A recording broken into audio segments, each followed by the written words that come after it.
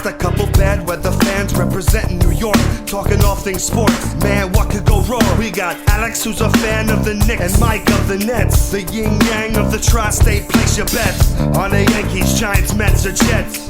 Yeah, you should listen if they're sparking your interest. If you made a vow to your team, don't break it. Bad weather fans is the relation.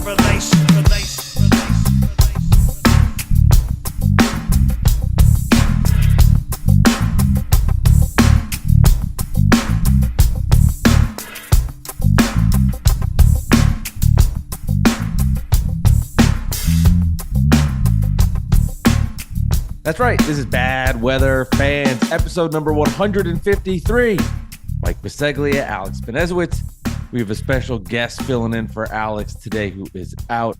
Lee Valentin is with me, and Lee now watching a net game, watching the Spurs, smiling on his face. If you're watching on YouTube, subscribe. If you're listening on a podcast version, of course, follow and do all that good shit. But Lee, how are you doing? Thanks for filling in for Alex tonight, and thanks for joining me after a net loss to a Spurs team that when you and I were kids were really good. How are you? Doing all right, man. Thank you for having me on. Pleasure to be here. And I tell you, I did not enjoy watching the Nets lose.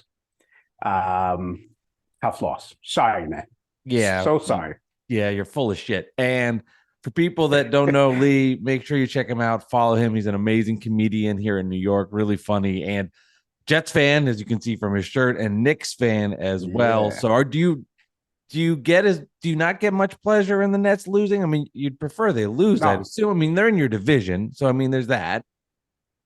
You know, I'm so concerned about what the Knicks are doing. It doesn't matter what any other team does, right? And remember, I think I told you guys before that the kids were Nets fans back in the day. So I used to watch them. Kerry Kittles, those guys, RJ and Jason Kidd. So not going to root against them. I've watched a lot of Nets games back in my day. Two of those guys have been on Bad Weather Fans. I can guarantee you Jason Kidd will never be on this show. That will be impossible to achieve. That will not happen. But if you want to hear RJ and Kerry Kittles, check out the archives. I wish I was, and we'll talk about this Nets loss to the Spurs, and we'll get into the Knicks and all their success, although they did lose recently in their last game that they played versus the Raptors. I wish that I had as much, I don't know, strength the word, or like security, because I'm insecure as hell. I was driving my son around to give my wife some free time, and I was getting pizza for my son, and I was rooting very hard for the Raptors to win that game, and I was personally extremely relieved when that Jalen Brunson shot did not go in. I would have been extremely annoyed about it. I'm so sad that you would root for a team in your own division who you could potentially face in the playoffs, right, against the Knicks. So your hatred is so bad for the Knicks that you would wish a team in your same division, who, by the way, you're going to have to go through to get to the second round. And before we continue more of the Nets and then get into some of this Knicks talk, I do want to mention that, of course, Bad Weather Fans is brought to you by DraftKings. The NFL playoff action continues, and we're one step closer to Super Bowl 57 and for the NFL divisional round. Check out DraftKings Sportsbook, an official sporting betting partner of the NFL. New customers can bet just $5 and get 200 in free bets instantly. Plus, all new and existing customers can take a shot at even bigger payout with DraftKings stepped up same game parlays. Boost your NFL winnings with each leg up to 100%. Giants, Eagles, Saturday night. Giants with a chance to go back to the NFC Championship for the first time since 2011. Of course, we all know what happened that year. They defeated the Patriots 1 week later in the Super Bowl. Download the DraftKings Sportsbook app. Use code BWF. New customers can bet $5 on the NFL divisional round and get 200 in free bets instantly. Only at DraftKings Sportsbook with code BWF. Minimum age and eligibility restrictions apply. See show notes for details. Oh, geez. Well, let's hope the Nets can get to the second round. They are falling bad without Kevin Durant. That's 3 straight losses. This game to the Spurs, no Kyrie Irving, who was not there. He did show up in the second half.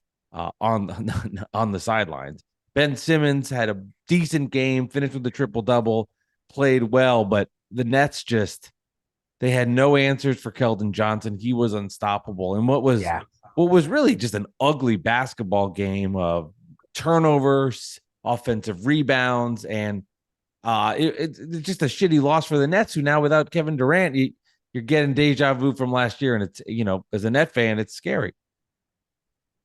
Terrible first quarter. Start there.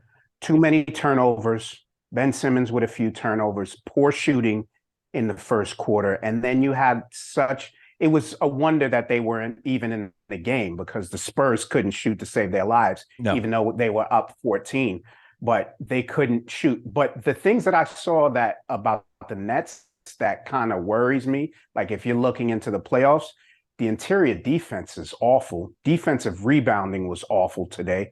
I don't know how getting Kyrie and Kevin Durant fixes that, right? Because they couldn't contain Portal. And there was 4 guys around him at most of the times, and he was still getting offensive rebounds. Yeah, so that's a big concern, which, by the way, I know we're going to talk about all-stars, but if Nick Claxton is supposed to be an all-star, he didn't play like one tonight. Well, he had a big block on Keldon Johnson, though. He isn't that kind of. First of all, he weighs 702 pounds less than anybody on the San Antonio Spurs, so that's a problem there. But Nick Claxton stats tonight, he had 15 points, 11 rebounds, 4 assists, and also had another 4 block shots. So he's a rim protector. But he's not the bulky guy that's going to be able to go up against but you make a solid point. Go up against the big boys in the Eastern Conference, like an Embiid, like a Giannis. He just doesn't have the thickness and the girth to go up against those dudes. Now, is he an all-star yet? No. Is he ascending to one? Yeah, he's playing great basketball. I don't know if he's quite there yet. I hear what you're saying, though, and that is a true concern for the Nets. It's funny because Kevin Durant's out, and of course, everybody will look to the offense that KD misses, and KD's not an incredible rebounder. But you do see, especially in this small sample size, the defense that they lose when he's out there was it's hard to see and watch. And I'm hoping maybe they get the big from the Spurs. Maybe they trade for him and they get him on the team. But I think it's clear when your stars are out and the deficiencies, they just shine even brighter. And thank you for pointing them out. And I think what all Net fans feel is a little nerve-wracking, though, when the season progresses. Yeah, the perimeter shooting was bad. TJ Warren and Morris came in and started the spark, right? But and then Cam Thomas, I even texted you, said, wow, Cam Thomas is scoring. They look good, but then he tailed off in the second half.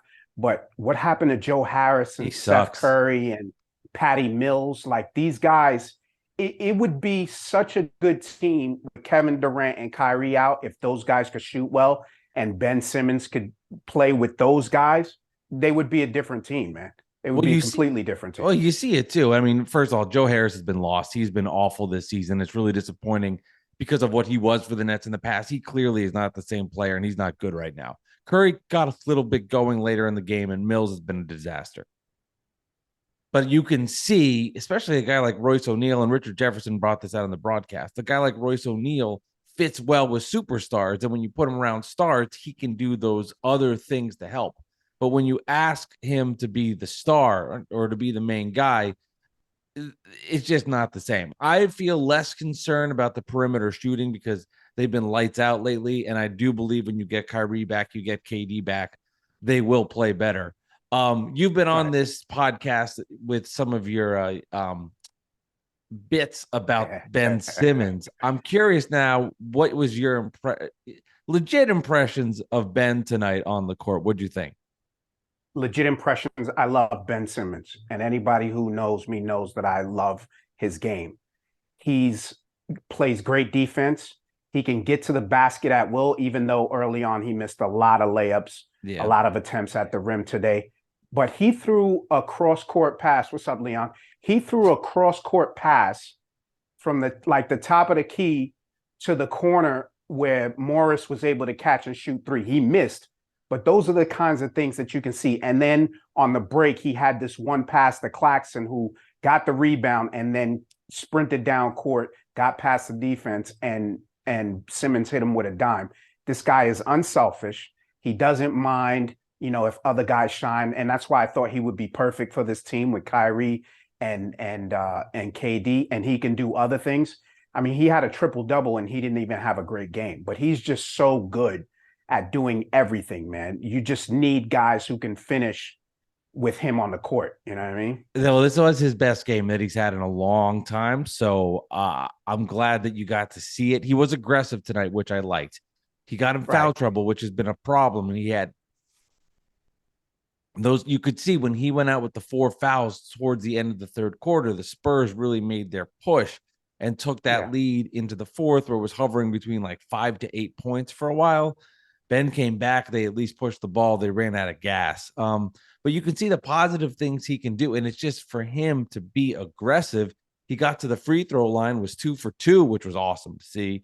But his aggression really needs to be there for this team to have any sort of legit chance. But again, the Nets fall to the Spurs, 106-98, the final. And that's now 27-16. The Spurs 14-31.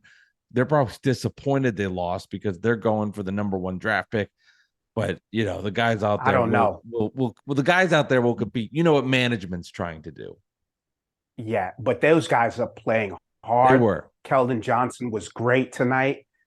Jeremy Sohan, even though his game is a little bit weird, these guys get to the basket. They play good defense. They move without the ball. I tweeted out earlier in like the first half, I was like, I love the way the Spurs move on offense, right? And my team is just 2 guys dribbling, 4 guys watching, and that's so depressing. But they're moving without the ball. Even though they can't shoot, but they're so good on offense, man. So they're a tough team, and they're going to play hard. And again, even if management wants them to lose, they're going to play hard. Pop is not going to settle for anything less. I don't think. No, the Spurs defense, I mean, they're one of the worst defensive teams in the NBA. They gave up like 140 something points to the Warriors the night before in the big Alamo Dome reunion, 50-year anniversary. But yeah, no, they've got it. They're very young too, the Spurs. And as Richard Jefferson pointed out on the broadcast, he's like, they might not have as much talent as a lot of other teams, but you can see, as you pointed out, Lee, the ball movement, the way they get open shots. They're going to be competitive on that front, but still for the Nets, you got to go in and get that win. They don't. Nets 27-16. They're going to fall behind the Bucks and move to the 3 seed now in the East. And if the playoffs open today, the Nets would play the Knicks in the 3-6 matchup. Knicks 25-20. Knicks have been playing good basketball. They're getting wins, and it all stems from who's their best player in Jalen Brunson, Eastern Conference Player of the Week. He has been he's been short of perfect, minus 1 miss against the Raptors that would have all of Knick fans giddy beyond belief. But in all seriousness, he's been great for the Knicks. Your impressions of Jalen? I love it, man. He's been great. Personally, I think he shoots too much for a point guard. Yesterday, he went 11 for 29.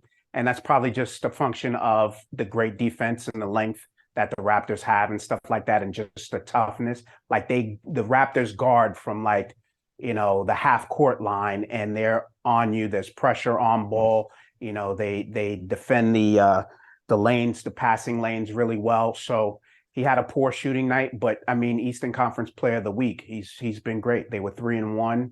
He's made some big shots, big free throws. I mean, we should have won that game even without, that's been the issue, man. It's so frustrating. It's like you have 4 guys playing 40 plus minutes. And then when we get to the end of games, we're losing leads and they're gassed. They're not hitting free throws. It's so frustrating to watch. And the same thing happens every game. And you got 3 guys off the bench playing 10 or less minutes, man. I hate it. Well, it's funny because the Nets are, during their winning streak at 18-2 was the opposite, getting guys in the game, depth, and now you're seeing it being tested here without KD and Kyrie Irving. I do find it interesting because I heard on WFAN, and Brandon Tierney made this point. I thought it was interesting, and I have a hard time agreeing with it and even wrapping my head around this. Is Jalen Brunson the greatest? Because to me, there's a guy, but Jalen Brunson the best free agent signing in Knicks history? No. And I think Alex would agree with me when he watches this that Allen Houston is the Right. best free agent signing, hands down. I mean, they went to the finals with him. I mean, they gave him that egregious contract of $100 million, but yeah, he was the best signing that we've had. He's a top 20 player in Knicks history. Is that just living in the moment? Because Brunson's been good, but it's also been 40 something games, and the Knicks are a 6 seed where Houston had longevity, finals trip. To me, I find that, yeah, I thought about that. I was like, the best one ever, and I'm not, the Nets don't really have a great history. I mean, the Nets don't have a great history outside of, Durant and Irving. Beyond that, there's really not much there to even talk about. So I don't want to make it like a net Nick thing, but yeah, I was surprised by that. And is Brunson an all-star? Is, like, for me, in my opinion, he is not. And it's not because he's not good enough or doesn't deserve it. He's been awesome. The problem is the Eastern Conference is stacked with guards. I don't know how he gets in there. Do you look to record? I think that would put him over Halliburton, right? Because the numbers may be somewhat similar. Tyrese may have his game elevated a little bit more, but if Indiana doesn't have as good a record as the Knicks, then that should put him over. So you figure Irving's there, Donovan Mitchell's there, Jalen Brown. Yeah, there's no debating who else is in. It's either got to be him or Halliburton, really. And I would give the edge over Halliburton, and I like what Halliburton's done, but I would say the latest stretch I would go in that direction. Here, let me bring up the guards here in the Eastern Conference. Let's see, Eastern Conference guards right now. Would you put James Harden up there? Harden, yes. See, that's a weird one too, because he'll get in there, and I'm not the biggest James Harden fan. I just don't see, based on numbers, with Irving, Mitchell, Harden, Brown, Young, it is a popularity contest too, and I would be surprised if Brunson gets in over those guys based on all those factors.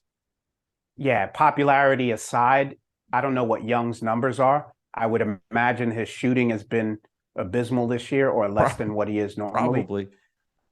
But Halliburton should probably get in over Trey. The Hawks' record is terrible too.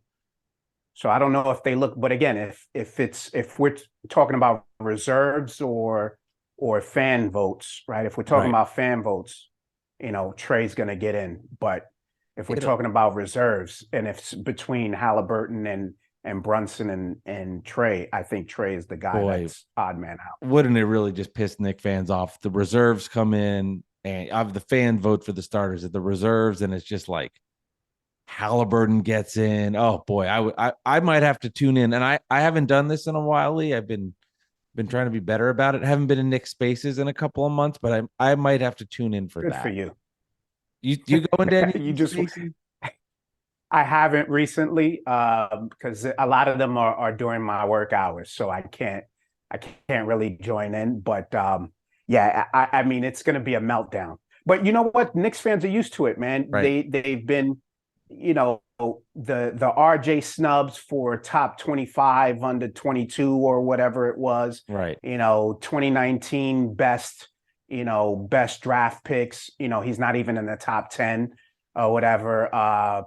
Fan voting for or voting for the rookie challenge in the sophomore game. He wasn't even in that. You know what I'm saying? So all of these snubs, who knows what's going to happen? I don't even know at this point if Julius Randle, as good as he's been playing, if he's even, getting fan votes, or if he's going to be a reserve. So. He's 10th in fan votes right now, behind Nicholas Claxton, which to me is really fascinating, because I talked about this with Alex before, and this intrigued me. How the Knicks, being so popular, can't get votes for their guys. That, like, if they're popular, they should get votes. So are they not popular? Or I mean, I don't vote for all-stars because I don't know. I'm an adult, and I think I'm not doing it. I think that's But the what thing is that we're Knicks fans or even Northeasterners are kind of skeptical about giving their email address to NBA.com and having to vote so many times, right? So you got people in Middle America who are voting on this, and they just see stars, right? So it's like Kyrie. There's not enough people in Jersey to be voting, KD and Kyrie, and that's got to be they're major stars. So not Nets fans are not voting for them like that. First of all, there are way too many fucking people in New Jersey for the amount of space. So that is not true. We are highly populated and you can't move around anywhere. But Nick Claxton having those votes and having more than Julius Randle is interesting. And Julius, has played well. Everybody that knows this podcast knows Alex's feelings on Julius Randle. I'd deal him. I would do it. I would make the trade. And I think last offseason is he wasn't tradable based on how the season ended. Now I think he's put his resume together where he could be dealt, and a team that's, needing another piece, a forward, could do it. I don't think the Knicks, obviously I don't think the Knicks do it. But man, if I'm the Knicks, I pull the trigger. I deal Julius Randle and get the assets and keep building. I mean, ideally that would be great, but it's not going to happen, especially since Tibbs leans on him so much, for everything, scoring, rebounding. He's the leader of the team. If you lose him, you lose sixth place. I think what the Knicks are trying to do is they're trying to be like what the Nets were before, right? They want to be a destination for that big star, right? You got to have wins. And this is what I kind of don't understand. Like, I understand the other side, but I also understand what they're trying to do. They're trying to keep the team interesting, trying to lure somebody in, and help the young guys grow, so maybe they can use them as assets, which of course we know they weren't able to do this past summer.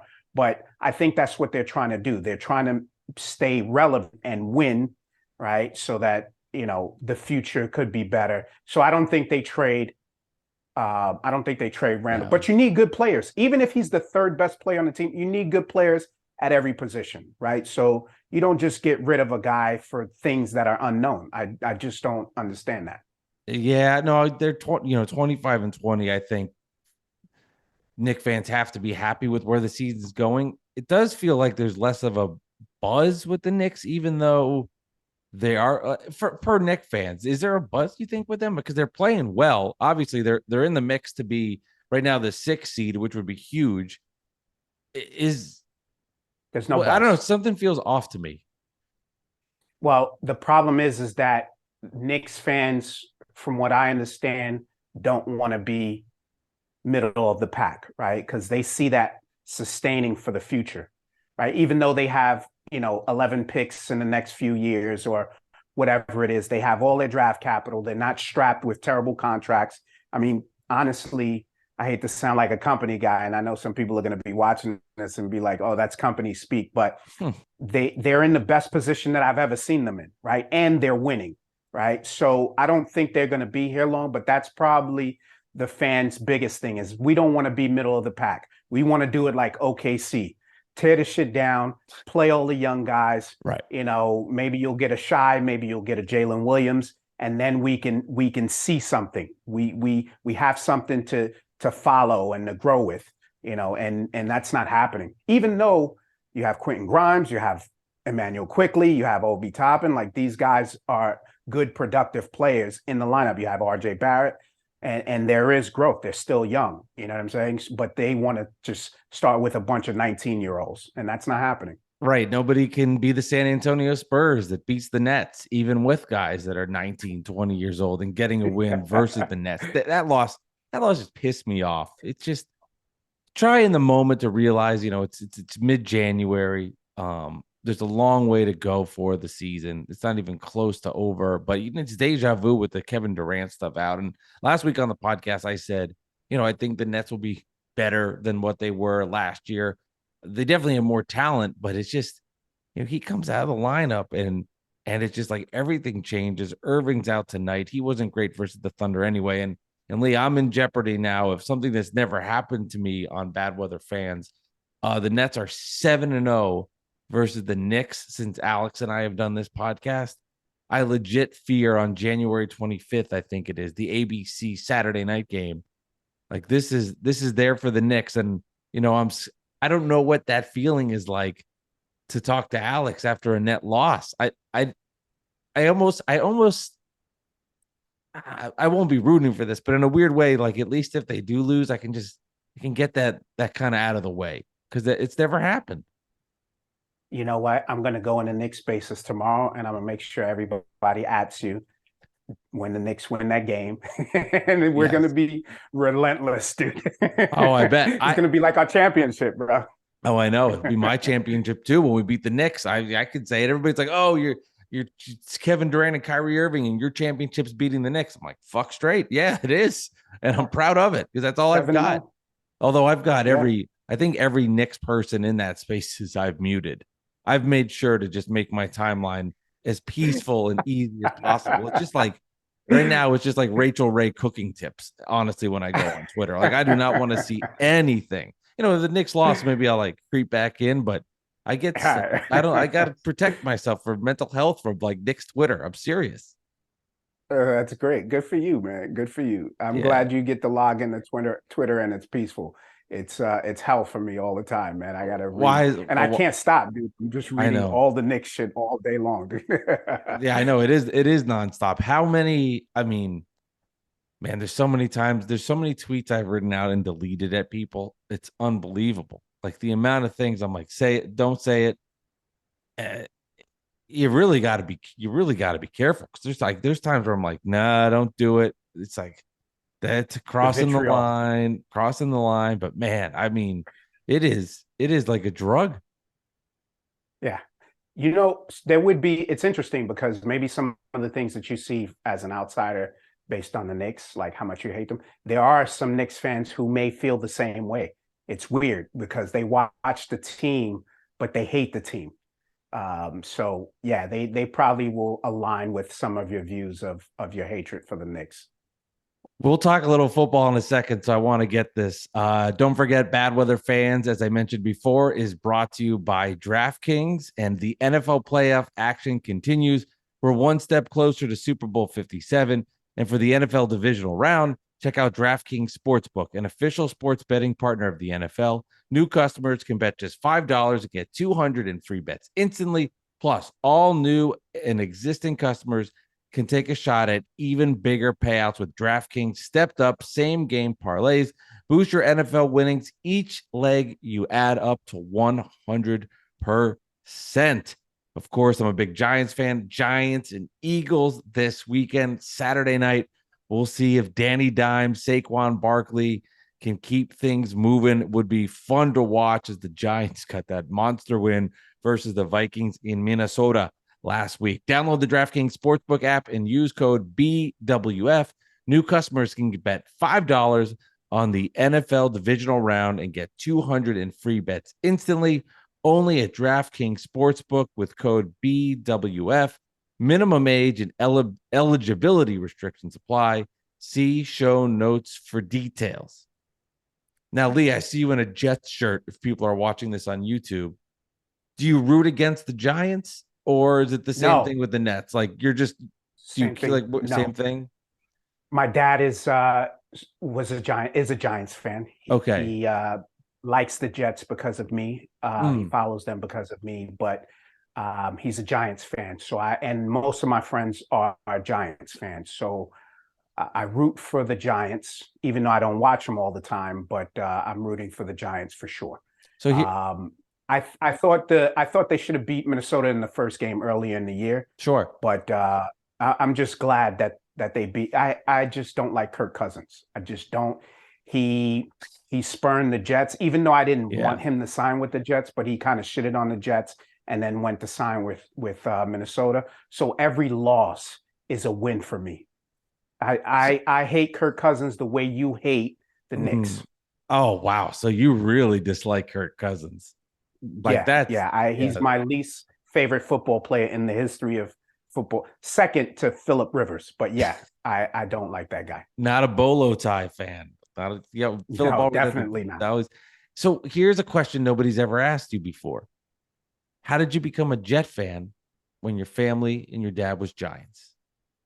I was trying to be Very simple. sarcastic. I don't know if it landed. I don't think it hit. How did I become a Jets fan? Yeah, who becomes a Jets fan just like Well, that, right? if your No. dad's like in the Giants, it's interesting.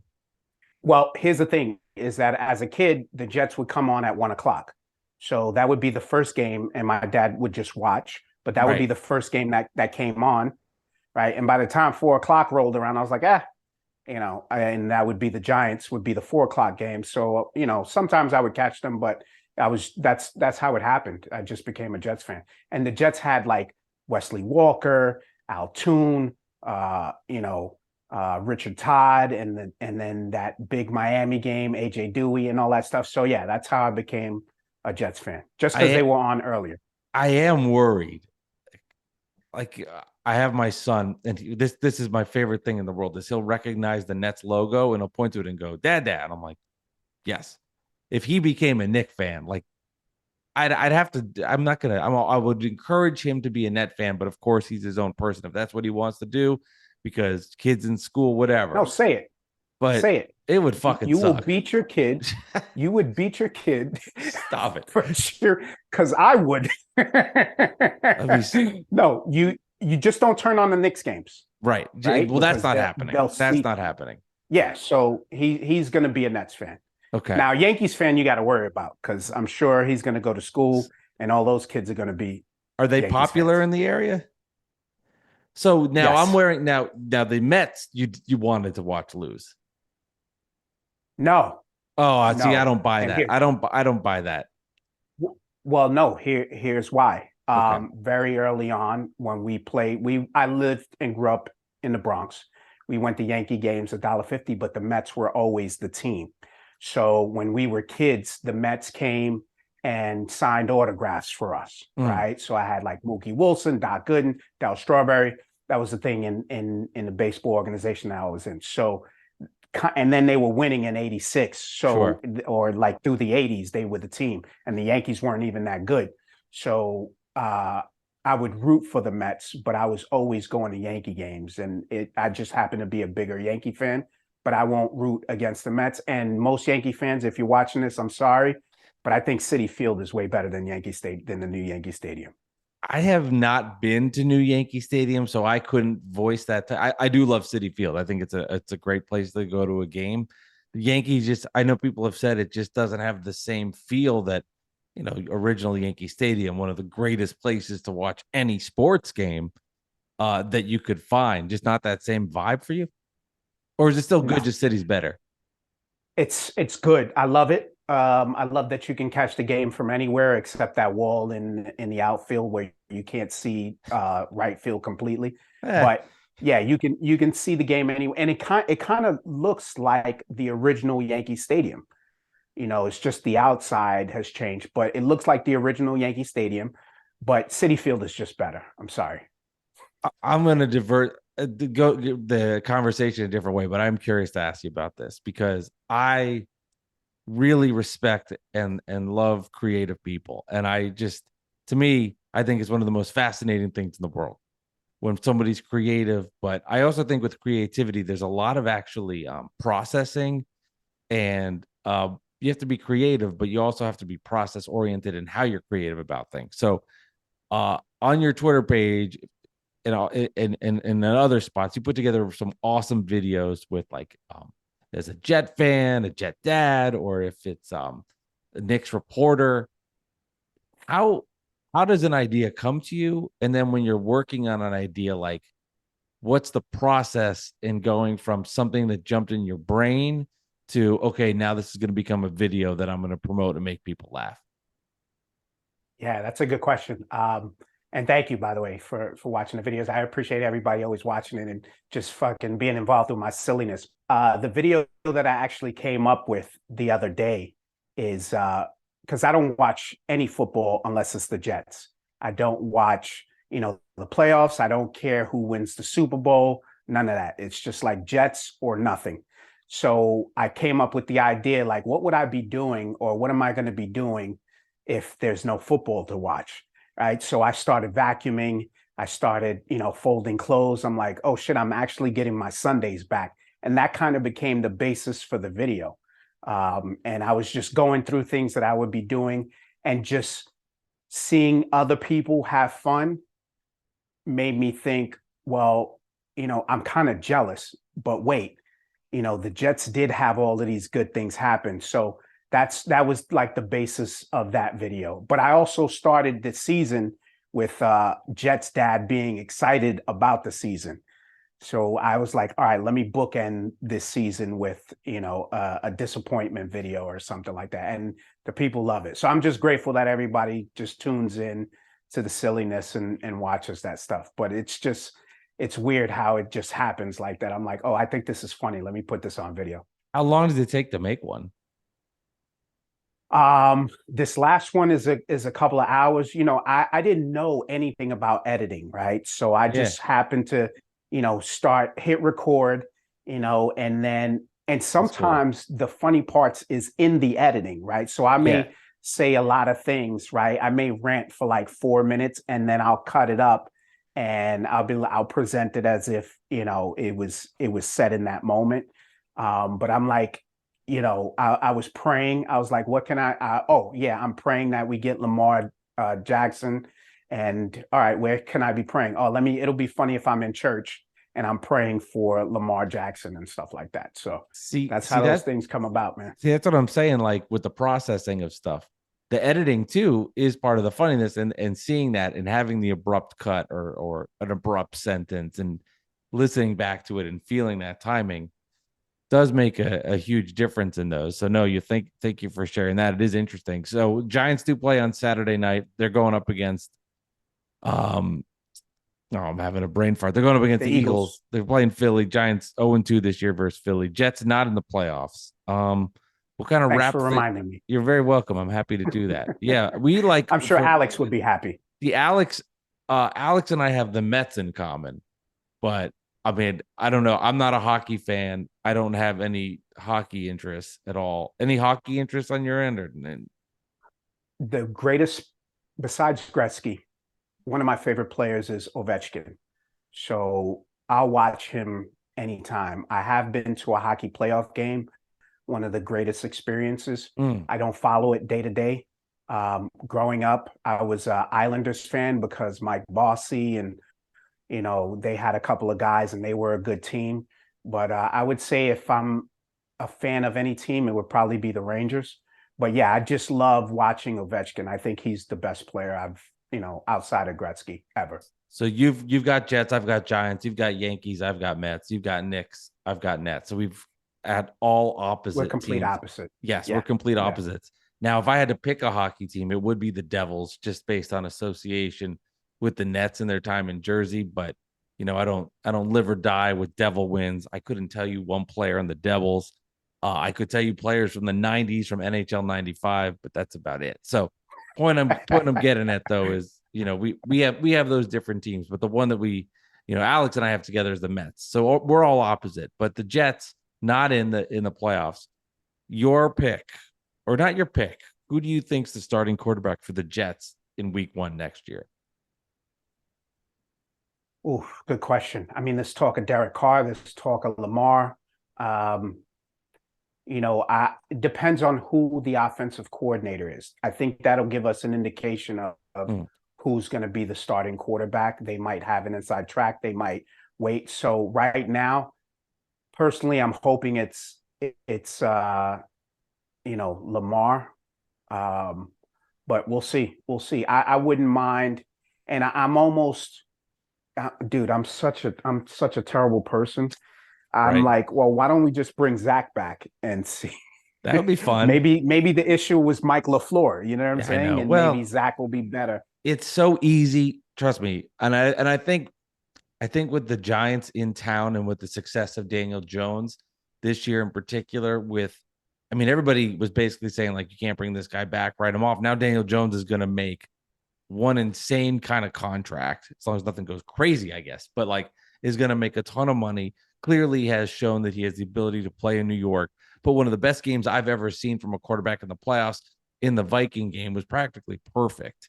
I think that plays because the Jets are in basically the same town. You know what I'm saying? you see it front hand, and you kind of, it's been a minute since Wilson hasn't played. He's talented. He just has all the other shit around him that hasn't worked.